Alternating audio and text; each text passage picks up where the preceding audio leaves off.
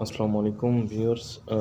آج جو میرا ٹاپک ہے بات کرنے کے ریلیٹڈ وہ ہے یونائٹڈ نیشنز۔ یونائٹڈ نیشنز کا جو سب سے پہلے آئیڈیا تھا وہ سان فرانسسکو نے جون 1945 میں دیا تھا، لیکن بعد میں یہ 24 اکتوبر 1945 میں بلڈ ہوئی تھی۔ اس کو بنانے کا مقصد کیا تھا؟ اس کو بنانے کا مقصد یہ تھا کہ دنیا کو جنگوں سے بچایا جائے، کیونکہ آپ کو پتہ ہے اس سے پہلے ورلڈ وار ون، جنگ عظیم اول، پھر جنگ عظیم دوم، انہوں نے دنیا میں بہت زیادہ تباہی مچائی تھی۔ تو اس چیز کو کیٹر کرنے کے لیے اس یونائٹڈ نیشنز کو بنایا گیا تھا تاکہ جنگوں سے دنیا کو جو ہے بچایا جا سکے۔ دوسرا اس کا جو مقصد تھا وہ یہ تھا کہ ایک ڈبیٹنگ فورم بنایا جائے، ایک ایسی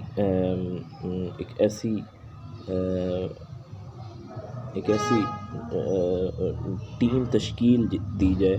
جہاں پہ آ کے سارے جو ملک ہیں دنیا کے وہ آ کے بات کر سکیں، ان کے جو بھی ایشوز ہوں وہ آ کے وہاں پہ سولو کر سکیں۔ تیسری جو اس کا بنانے کا مقصد تھا کہ وہ جتنی بھی قومیں ہیں، دنیا میں بہت ساری قومیں آباد ہیں، یعنی قوم سے مراد یہ ہے کہ دنیا میں جتنے بھی ملک ہیں، قوم سے مراد یہاں پہ ملک کو لیا گیا ہے، ان سب کے جو رائٹس ہیں، فنڈامنٹل بیسک ان کے جو رائٹس ہیں ان کو پروٹیکٹ کیا جائے۔ اس کے بعد جو پانچواں اس کو بنانے کا مقصد تھا وہ یہ تھا کہ انٹرنیشنل لا جو ہے وہ قائم کیا جا سکے، تاکہ کوئی بھی اگر کوئی جرم کرتا ہے کوئی ملک یا کوئی خلاف ورزی کرتا ہے تو اس کے لیے کوئی ایسا قانون ہونا چاہیے جس کے ذریعے جزا سزا کا نظام بنایا جائے۔ اس کے بعد اس کو بنانے کا مقصد چھٹا اس کا جو ہے وہ یہ تھا کہ سوشل پروگریس کو جو ہے مینٹین کیا جائے، اور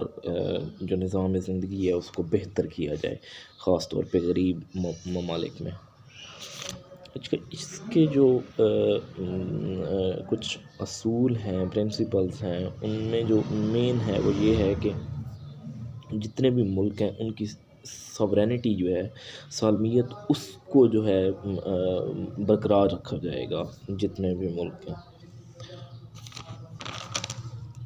سب سے پہلے جو ہے اس میں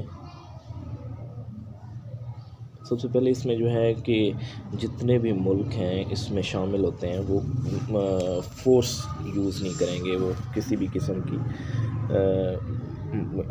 قسم کی یعنی جنگ نہیں کریں گے، بات چیت سے جو ہے مسائل کا حل نکالا جائے گا۔ اچھا، اب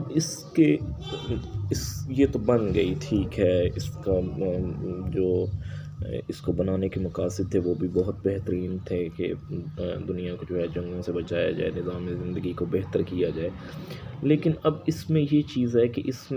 اس کے فیلیئرز کیا کیا ہیں، یعنی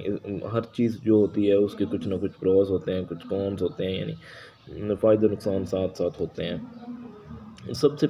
پہلا جو اس کا فیلئر تھا وہ یہ تھا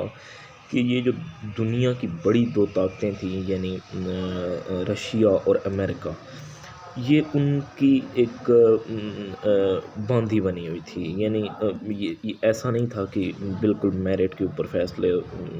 ہو رہے ہیں اور سارا کچھ ہو رہا ہے، بالکل ایسا نہیں تھا۔ یہ جو رشیا ہے اور امریکہ ہے، بالکل ان سے جو ہے آپ ایسے مطلب لے لیں کہ ہائی جیک ہوئی تھی، اور جتنے بھی یعنی یورپین کنٹریز ہیں، خاص طور پہ جیسے جو رچ کنٹریز ہیں، یہ ان کے سامنے جو ہے گھٹنے ٹیک دیتی تھی، یعنی ظاہر سی بات ہے کہ اس کی فنڈنگ جو ہے وہ امیر ملکوں سے ہو رہی تھی، تو یہ یعنی ان کی جو فائدے میں فیصلے تھے، بالکل یہ اس کو جو ہے آگے لے کے چلتی تھی۔ اچھا، جو اس میں چیزیں تھیں کہ بات چیت سے مسائل حل ہوں گے، کوئی بھی کسی قسم کا فورس یوز نہیں ہوگی،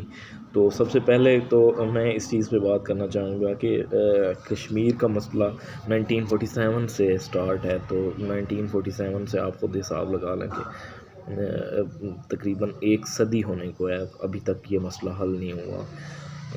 پوری دنیا کو اس بات کا پتہ ہے کہ بھارت جو ہے ہمیشہ خلاف ورزی کرتا رہا ہے ایل او سی کی، اور کوئی کسی قسم کا کوئی سٹانس نہیں لیا یونائٹڈ نیشنز نے، بس صرف کتابی کہانیاں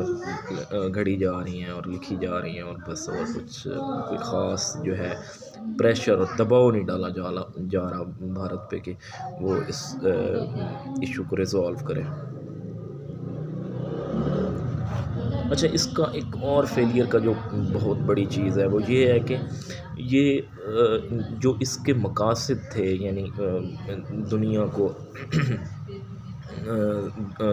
جو ہے جنگوں سے بچانا اور دنیا کو یعنی اسلحے سے پاک کرنا، وہ اس کا بالکل دھرے کا دھرا رہ گیا، کیونکہ جو رشیا اور امریکہ نے جو ایک دوسرے کے مقابلے میں جو اسلحہ بنایا ہے، اور یعنی انہوں نے جتنا دنیا کو سپلائی کیا ہے اس سے مزید جو ہے وہ جنگوں میں اضافہ ہوا ہے۔ ظاہر سی بات ہے، جنگ عظیم جو ہے، جنگ عظیم اول دوم، اس طرح کی تو کوئی جنگ دوبارہ نہیں ہوئی، لیکن یہ ہے کہ چھوٹی بڑی بہت ساری جنگیں ہوتی رہی ہیں،